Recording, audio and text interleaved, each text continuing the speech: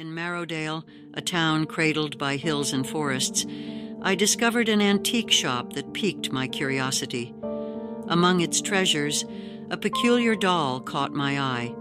Named Annabelle by Mr. Hawthorne, the shop owner, she had porcelain skin and eyes that seemed to follow me. As a writer drawn to the mysterious, I felt an unexplainable connection to Annabelle. Ignoring Mr. Hawthorne's vague cautions about her past, I bought her, envisioning her as the perfect subject for my next horror story. The initial nights with Annabelle were quiet, yet I couldn't escape the sensation of being watched. Her head turned subtly, now toward the window, now at my bed. I tried convincing myself it was all in my head, but the feeling lingered. Soon, strange things began happening in my house. Objects shifted places, cold drafts passed through, and whispers haunted the night. I attempted to document these occurrences, but everyone dismissed them as products of my writer's imagination. On a stormy night, a blackout engulfed my house.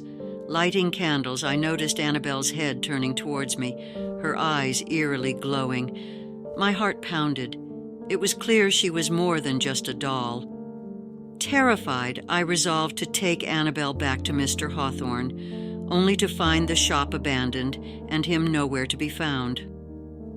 Left with no choice, I decided to rid myself of the doll on my own. I tried burning Annabelle in my fireplace, but as the flames touched her, a horrific scream filled the room, and the fire died abruptly.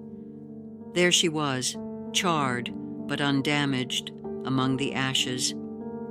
Desperate, I locked Annabelle in a trunk and buried it deep in the woods, hoping to end the nightmare, but a deep sense of dread refused to leave me. I awoke to a morning draped in unsettling silence. The trunk that I had buried deep in the woods now lay ominously at the foot of my bed, its lock broken as if it were a mere child's toy. Annabelle sat atop it, her charred face twisted into a sinister grin that chilled my bones. My scream echoed in the empty house, a stark reminder of my isolation. How did she return? The question gnawed at me, an unanswerable riddle wrapped in fear. I paced the room, my mind racing for a solution, but Annabelle's glassy, accusing eyes followed me, a silent sentinel of my growing despair. The following days were a blur of sleepless nights and eerie occurrences. I found Annabelle in different places around the house, each time more unsettling than the last. Once perched on the kitchen counter, another time staring from the living room sofa. The doll seemed to be playing a twisted game of hide and seek, one where I was the unwilling participant. Shadows danced in the corners of my vision. Whispers caressed the nape of my neck, and the air grew thick with the scent of old, musty cloth. Annabelle's presence was everywhere, suffocating and omnipresent. I tried leaving the house, but each time an inexplicable force drew me back, as if I were tethered to the doll by an invisible string. It was on the 7th night since Annabelle's return that everything reached a terrifying crescendo. The air in my house turned icy cold, and a palpable sense of dread settled over me. That night, I found her sitting in the middle of my bedroom, her eyes glowing faintly in the dark. I felt a force gripping my heart, a paralyzing fear that rooted me to the spot. And then she moved. Not just her head, but her whole porcelain body. Slowly, she rose to her feet, a creaking sound accompanying each movement, as if she were breaking free from years of stillness. My breath caught in my throat as she took a step towards me, her movements jerky and unnatural. The walls of my room seemed to close in, the shadows growing deeper, darker. Annabelle's voice, a sound I had never heard before, filled the room, a whisper yet deafeningly clear. "You cannot escape, for you are mine now." Frozen in fear, I watched as Annabelle advanced towards me. Her voice, a sinister whisper, seemed to echo from the walls themselves.